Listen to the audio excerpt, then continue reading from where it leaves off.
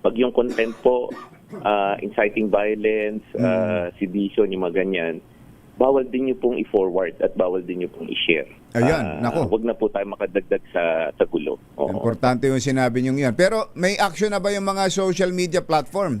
Sila ba mismo yung nag-take down na? Yes, Ka Jerry. Ano naman, ngayon, sabi ko nga, minsan makikita nyo pag nagsasalita ako, parang critical ako doon sa ginagawa nila. Ngayon po, we stand side by side. Ayaw din po ng mga social media platform ang violence in social media. So silang nag-alert sa amin. Sila yung nagsabi na, Sek, baka pwede kayo mag-announce na kasi marami na kami nakikita. Kami naman, tama naman kayo. So, dito sa pangyayari na to, medyo makikita nyo naman po, although marami pa rin mga fake news, yung mga apparent and obvious na gusto magkaroon ng kaguluhan at violence, yun po, na tatanggap po yun, na naalis po yun.